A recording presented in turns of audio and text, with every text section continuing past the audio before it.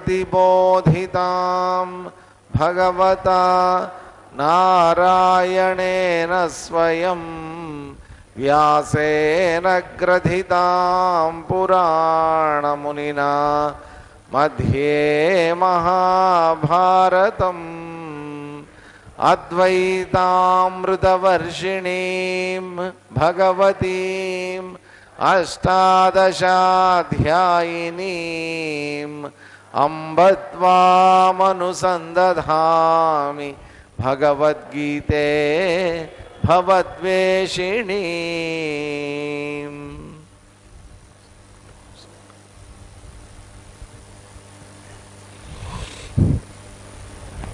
हरि ओम అందరికీ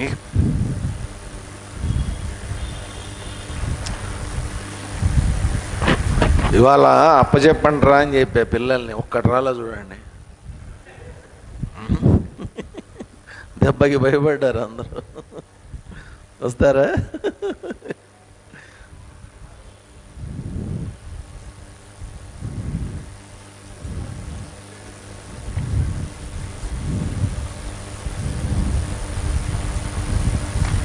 నిన్న జరిగినటువంటి శ్లోకాలు చదువుతాం. మొదటి నుంచి చదువుదాం, ఏం పోయింది. ఓం శ్రీకృష్ణ పరబ్రహ్మణే నమః.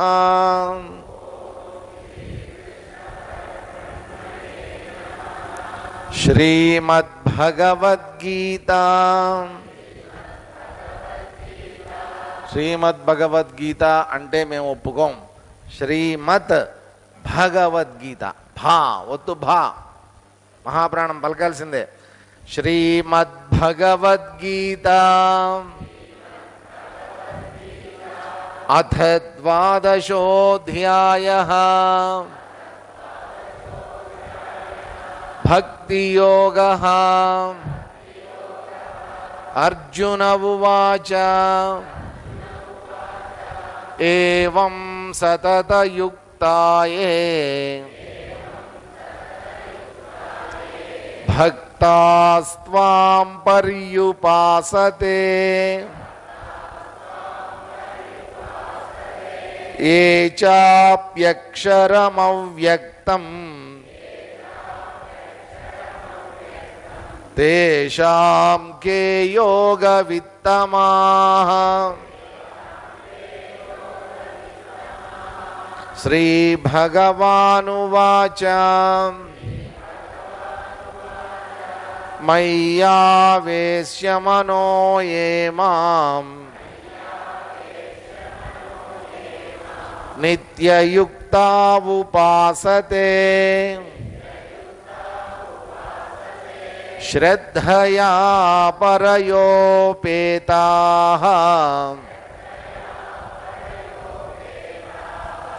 తే మే యుక్తతమా మతాః. ఏత్వక్షరమనిర్దేశ్యం అవ్యక్తం పర్యుపాసతే సర్వత్ర గమచింత్యం చ కూటస్థమచలం ధ్రువం సంనియమ్యేంద్రియగ్రామం సర్వత్ర సమబుద్ధయః తే ప్రాప్నువంతి మామేవ సర్వభూతహితే రతాః. క్లేశోధికతరస్తేషాం అవ్యక్తాసక్తచేతసాం అవ్యక్తా హి గతిర్దుఃఖం దేహవద్భిరవాప్యతే. ఏతు సర్వాణి కర్మాణి మయి సన్యస్య మత్పరాః అనన్యేనైవ యోగేన మాం ధ్యాయంత ఉపాసతే తేషామహం సముద్ధర్త మృత్యు సంసార సాగరాత్ భవామి న చిరాత్ పార్థ మయ్యావేశిత చేతసాం మయ్యేవ మన ఆధత్స్వ మయి బుద్ధిం నివేశయ నివసిష్యసి మయ్యేవ అత ఊర్ధ్వం న సంశయః. ఏంటంటే నిన్న ఒక ప్రాబ్లంని మన ముందుంచారు. ఏంటా ప్రాబ్లం అంటే ఎవరైతే దేహవద్భి దేహ తాదాత్మ్యం ఉన్నటువంటి వాడు, ఈ దేహమనేను అనుకునేటటువంటి వాడు, అందరినీ దేహాల ద్వారానే గుర్తించేటటువంటి వాడు దేహవద్భి ఎవరైతే ఉన్నారో అటువంటి వాడికి మాత్రం క్లేశ అధికతరహ. వాడికి పరమాత్మను తెలుసుకోవటం అనేటువంటిది చాలా కష్టంగా ఉంటుంది. అవ్యక్తమైనటువంటి పరమాత్మను తెలుసుకునేటటువంటిది కష్టం. ఎందుకనంటే శరీరమేమో వ్యక్తమయ్యేటటువంటిది, పరమాత్మేమో అవ్యక్తమైనటువంటి వాడు. కాబట్టి ఇబ్బంది కలుగుతుందన్నమాట. ఏదో ఒక ఆధారమో ఆకారమో నామమో రూపమో లేకపోతే, ఒక ఉపాధిలో కనుక నేను చూడలేకపోతే దేన్ని గుర్తించలేనటువంటి స్థితిలో ఉన్నటువంటి నాకు ఏ ఉపాధి లేనటువంటి, ఉపాధుల్ని సైతం అధిగమించినటువంటి, అన్ని ఉపాధులు తానే అయినటువంటి పరమాత్మని గుర్తించడం చాలా కష్టమవుతుంది. అందుకని క్లేశ అధికతర అని చెప్పిన తర్వాత, అయితే ఎవరైతే నన్ను పరంగా గుర్తించి అనన్యేనైవ యోగేన మాం ధ్యాయంత ఉపాసతే, నన్ను ధ్యానిస్తూ ఉపాసిస్తారో, ఆ ధ్యానం కూడా ఎలా చేయమంటున్నారు? కండిషన్. అనన్యేనైవ యోగేన, అనన్యమైనటువంటి యోగం అంటే చలనం లేనటువంటి యోగం అన్నమాట. అంటే మనస్సు కానీ బుద్ధి కానీ ఏ విధమైనటువంటి చలనంకి లోను కాకుండా, అన్యమైనటువంటి వాటి మీదకి పోకుండా, ప్రాపంచికమైనటువంటి విషయాల మీదకి పోకుండా, లౌకికమైనటువంటి విషయాలకి మీదకి పోకుండా స్థిరంగా ఉండేటటువంటి అనన్య యోగం ద్వారా ఏం చేయమంటున్నారు? మాం ధ్యాయంత ఉపాసతే, ఉపాసన చెయ్యి. ఎలా చెయ్యాలట ఉపాసన కూడా? నన్ను ధ్యానిస్తూ ఉపాసన చెయ్యి, ఆయన పరమాత్మగా ఉపాసన చేయి. మయి కర్మాణి సర్వాణి కర్మాణి మయి సన్యస్య. కాబట్టి దానికి ముందు చేయాల్సినటువంటి ప్రక్రియ ఏంటో కూడా చెప్పారు. ఏంటా ప్రక్రియ? అన్ని కర్మల్ని భగవంతుడికి సమర్పించేసేయి. ఎప్పుడైతే భగవంతుడికి నేను కర్మల్ని సమర్పించానో నాకు కలిగేటటువంటి 2 లాభాలు ఉన్నాయండి. ఒక లాభం ఏంటంటే నా అంతఃకరణ శుద్ధి అనేటువంటి జరుగుతుంది. శంకరాచార్యులు వారు అదే చెప్తారు, చిత్తస్య శుద్ధయే కర్మ నతు వస్తూపలబ్ధయే. కర్మ దేనికోసం ఉపయోగపడుతుందంటారు ఆయన? నీ చిత్తశుద్ధి కోసం ఉపయోగపడుతుంది తప్ప వస్తువు నలభ్యతే, పరమాత్మ అనేటువంటిది అక్కడ నీకు లభ్యం కాదు. కేవలం నీ అంతఃకరణ శుద్ధి. కాకపోతే ఏంటంటే దానివల్ల ఒక లాభం ఉంది. ఎప్పుడైతే అంతఃకరణ శుద్ధి అనేటువంటి జరిగిందో సాధనాక్రమం అనేటువంటిది సులభమైపోతుంది. అందువల్ల అంతఃకరణ శుద్ధి కోసం అని చెప్పి నీ అంతఃకరణం మొత్తాన్ని కూడా నీవు చేసేటటువంటి కర్మలన్నీ కూడా భగవదర్పితంగా చేసేసే అని చెప్పారు. చేసిన తర్వాత రెండవ లాభం ఏమిటి దీంట్లో? నేను ఎప్పుడైతే భగవదర్పితమైనటువంటి కర్మల్ని చేశానో నేను దేని కింద మారుతాను? నేను భగవంతుడికి ప్రతినిధిగా మారుతాను. భగవంతుడి యొక్క ప్రతినిధిని నేను. నా ద్వారా భగవంతుడు పనిచేస్తున్నాడు. కాబట్టి నా భగవంతుడు, నా దైవము అనేటువంటి ఒక ధైర్యం మనకు వస్తుంది, ఒక అవకాశం మనకు వస్తుంది. కరెక్ట్గా చెప్పాలంటే ఒక హక్కు మనకు వస్తుంది. నేను భగవంతుడి యొక్క ప్రతినిధి అని చెప్పుకునేటటువంటి హక్కు మనకు వస్తుంది. ఎందుకని?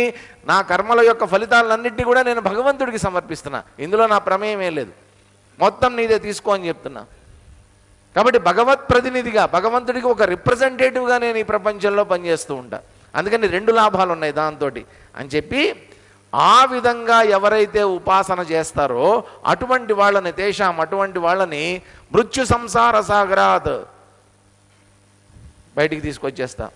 ఈ మృత్యు సంసారం అనేటువంటిది అంటే ఈ ప్రాపంచికమైనటువంటి లౌకికమైనటువంటి పునరపి జననం పునరపి మరణం పునరపి జనని జఠరే శయనం ఇహ సంసారే బహుదుస్తారే కృపయాపారే పాహి మురారే.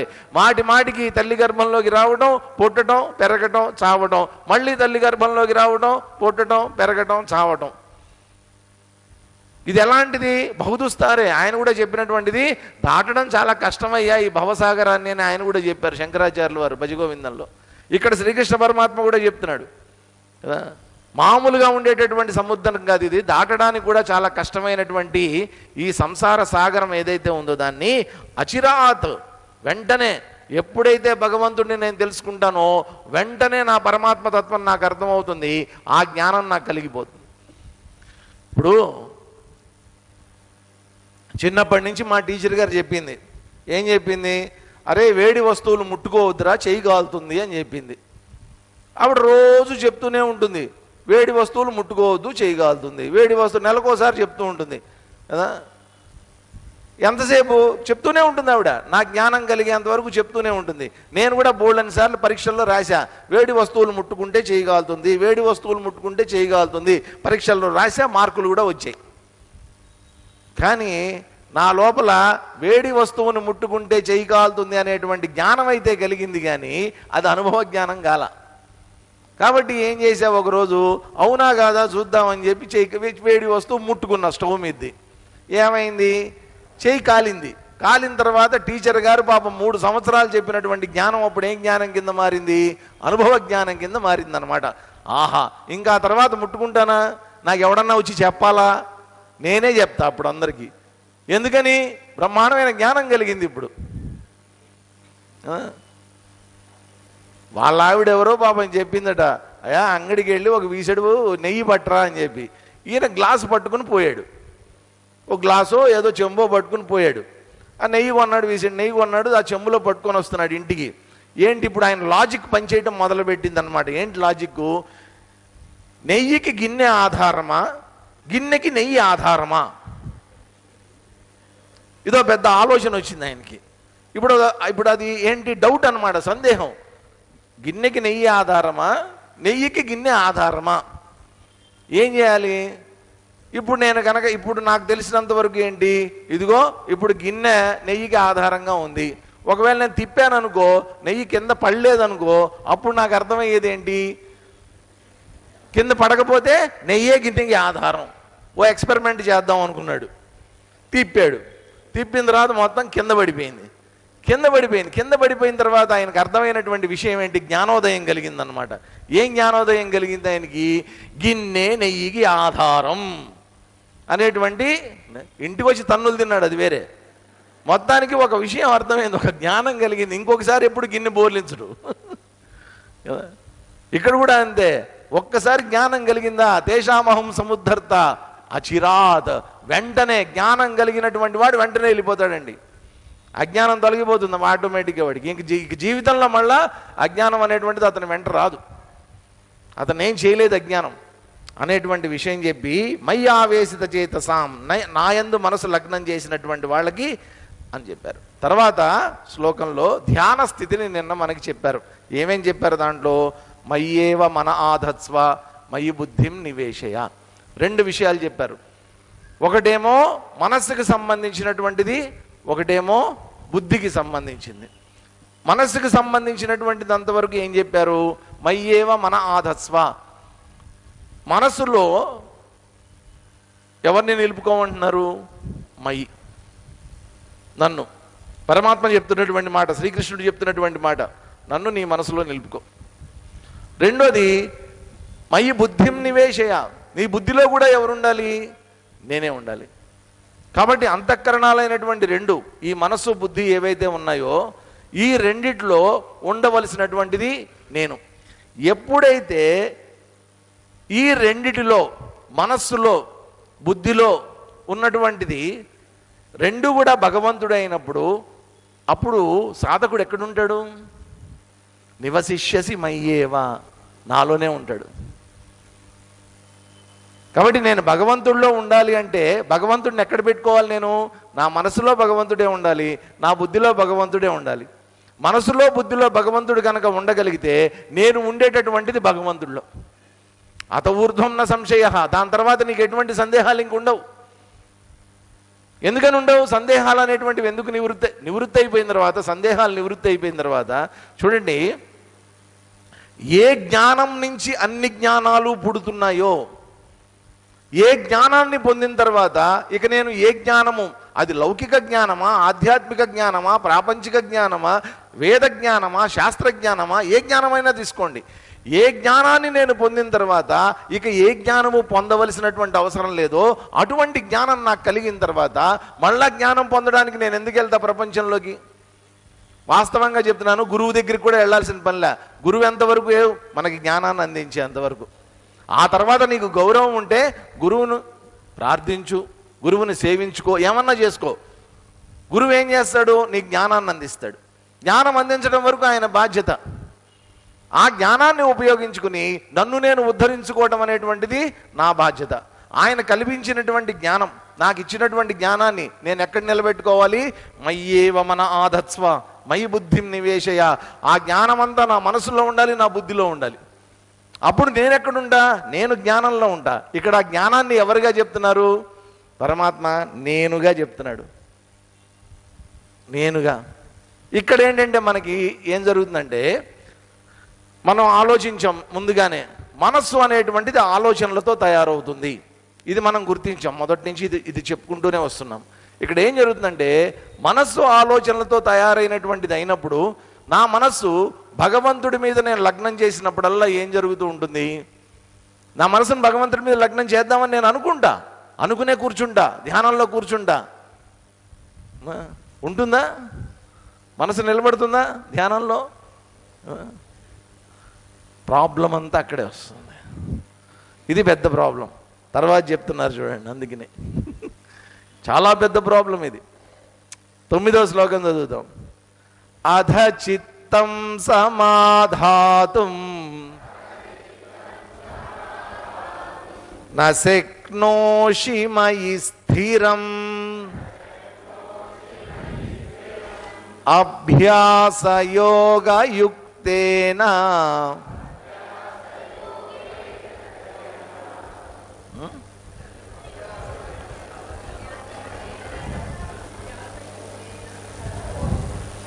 నీ పుస్తకం పట్టరా, నీ పుస్తకం పట్టరా. ఏమైనా పాఠాంతరం ఉందేమో దాంట్లో, చూడాలి ఒకసారి.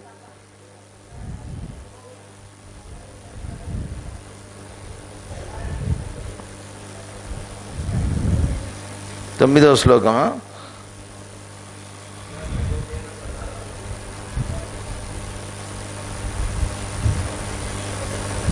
ఇప్పుడు ఏం చేద్దాం అమ్మా?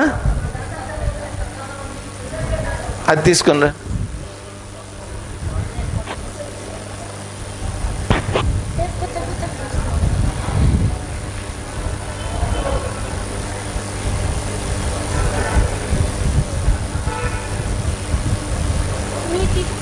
కాదు, మీ అందరి పుస్తకాల్లో దాంట్లో ఏముంది? అది పట్టరండి. అది శారదా ప్రియానంద గారి పుస్తకం. ఇది శారదా ప్రియానంద గారి పుస్తకమే. ఇది చిన్మయ మిషన్ దాంట్లో ఒకలాగా ఉంది, గోరఖ్పూర్ దాంట్లో ఒకలాగా ఉంది.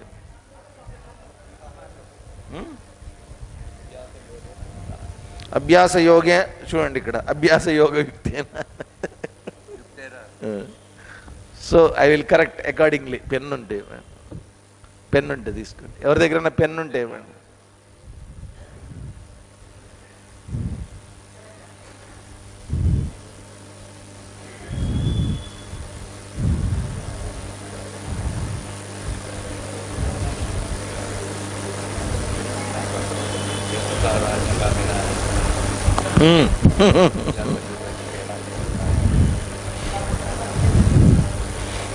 ఇక్కడ ఎందుకన్నా ప్రింట్ మిస్టేక్ పడిందా లేకపోతే పాఠాంతరమా తెలీదు. వారి కామెంటరీనే ఇది. అధ చిత్తం సమాధాతుం న శక్నోషి మయి స్థిరం అభ్యాసయోగేన తతః మామిచ్ఛాప్తుం ధనంజయ.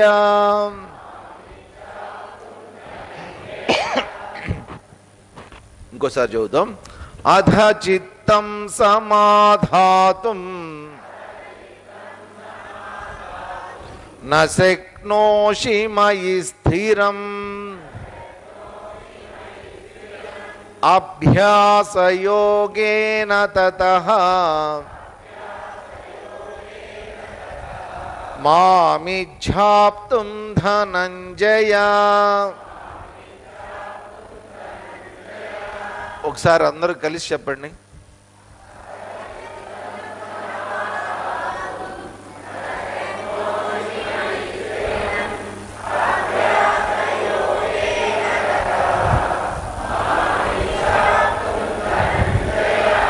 మీరు చెప్పండి రా, మీరు చెప్పండి ఒకసారి.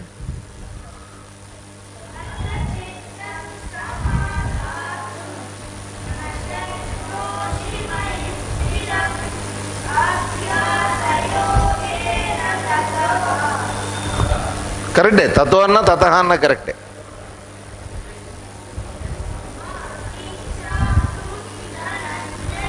ఇలా తతో అన్నది విడదీస్తే మనం దాని కింద పాదం కింద విడదీసుకున్నప్పుడు తతో ఓ సౌండ్ కాస్త తతహ కింద మారుతుంది. అంతే తప్ప దాంట్లో తప్పేం కాదు. ఎక్కడన్నా మీకు అట్లాగ వస్తే కంగారు పడద్దండి. తతో అని ఉన్నా కరెక్టే, తతహ అని ఉన్నా కరెక్టే.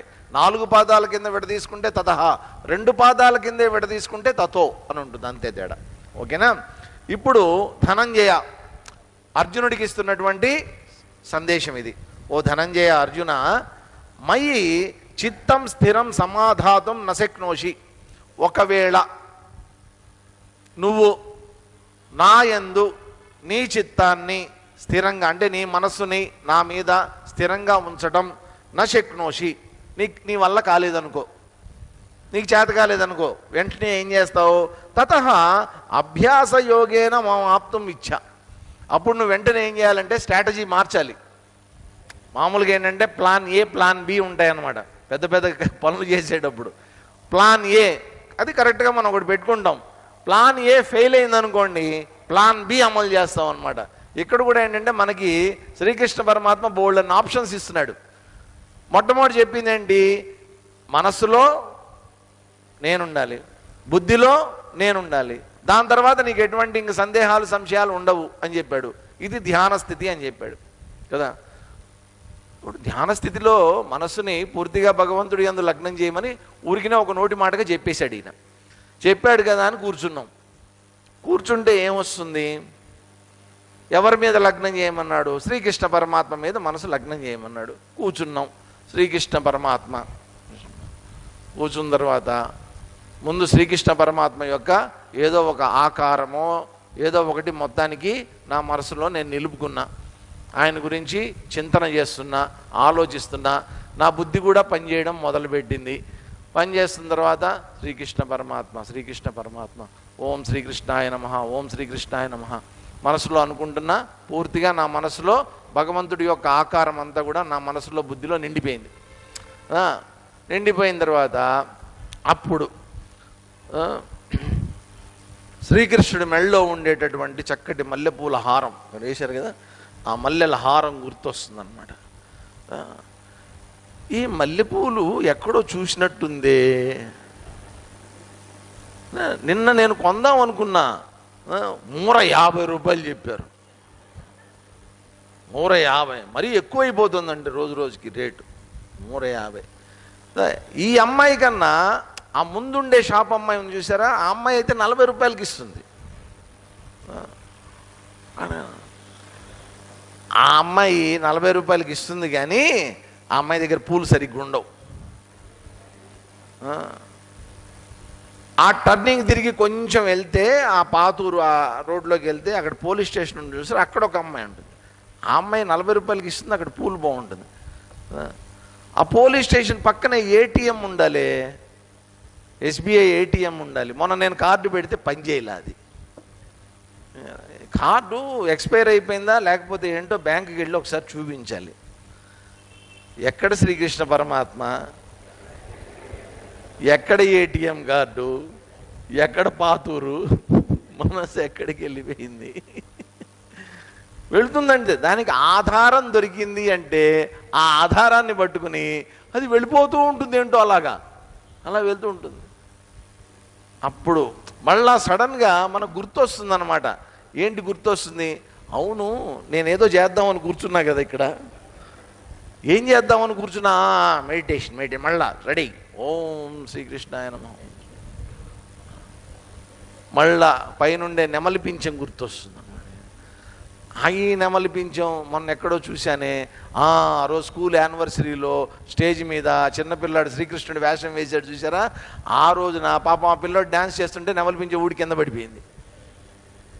ఇంతే, వెళ్ళిపోయింది. స్టేజీ, స్కూలు, యానివర్సరీ నెమ్మదిగా వెళ్ళిపోతుంది అనమాట. శ్రీకృష్ణ పరమాత్మను నువ్వు ధ్యానం చేయవయ్యా అంటే పాతూరు, పోలీస్ స్టేషను, నెమలి పింఛాలు, యానివర్సరీలు ఇవన్నీ గుర్తొస్తుంటాయి మనకి.